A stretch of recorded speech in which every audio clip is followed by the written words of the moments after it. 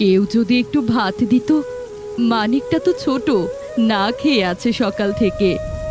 মা, চোখ খুলো মা, চোখ খুলো।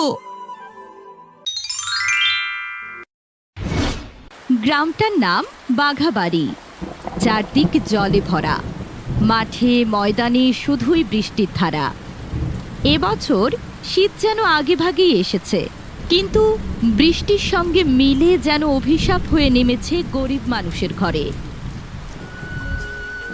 খড়ের ছাউনি দেয়া ছোট্ট কুড়ে ঘরটায় টুম্পা, তার মা রেনু আর ছোট ভাই মানিক কাঁপতে কাঁপতে বসে আছে।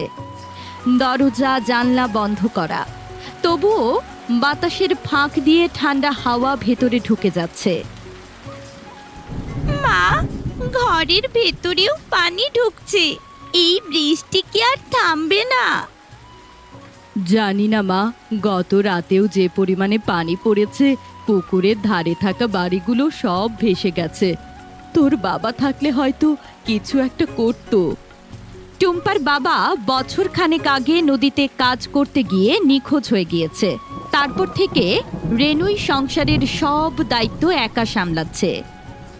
মা, পেটে খুব খিদে লেগেছে, কাল থেকে কিছুই খাইনি। এই দেখ, একটা ভাতের দানা পর্যন্ত শুকায়নি চুলায়, সব কাঠ ভিজে গেছে। আল্লাহই জানে এই বন্যা কখন থামবে।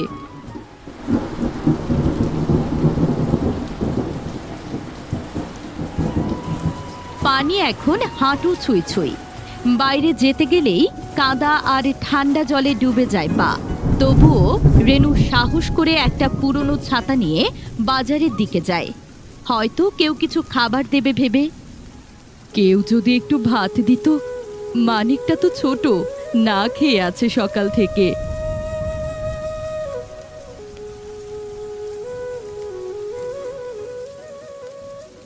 রেনু, আবার এলি দেখছি। দেখছিস না দোকান বন্ধ, বৃষ্টি থামলে আসিস।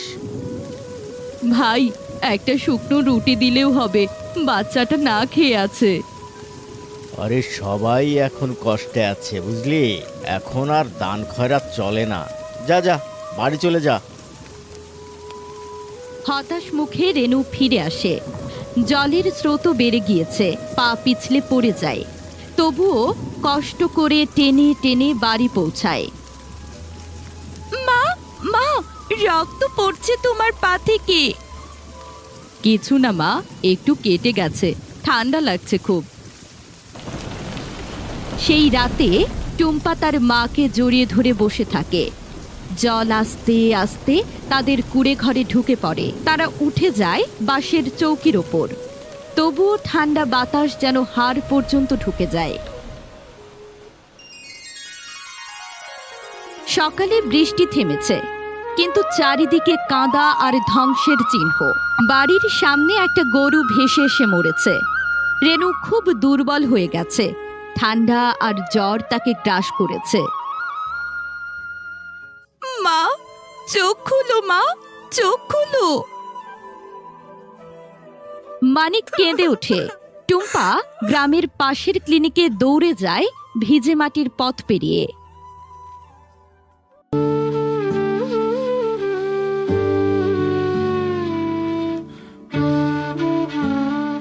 এই ঠান্ডায় পানি খেয়ে জ্বর উঠেছে, কিছু ওষুধ দিতে হবে। আমার কাছে কোনো টাকা নেই ডাক্তার দা, দয়া করে আমার মাকে বাঁচান। ঠিক আছে, কেঁদো না, আমি ওষুধ দিচ্ছি, কিন্তু তুমি তাড়াতাড়ি নিয়ে যাও, বাইরে আবার বৃষ্টি নামবে। টুম্পা দৌড়ে বাড়ি ফেরে, কিন্তু পথের মাঝখানে আবার বৃষ্টি শুরু হয়। বজ্রপাত, অন্ধকার আর ঝড়ো হাওয়া। সে কাঁপতে কাঁপতে এগিয়ে চলে। মা, আমি আসছি মা। যখন সে পৌঁছলো, দেখলো মা একপাশে শুয়ে আছেন নিঃশব্দে।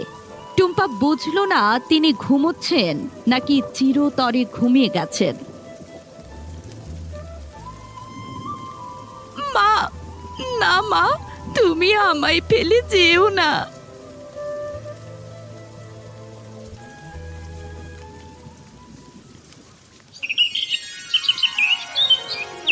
বন্যা নেমেছে, সরকারি সাহায্য এসেছে গ্রামে।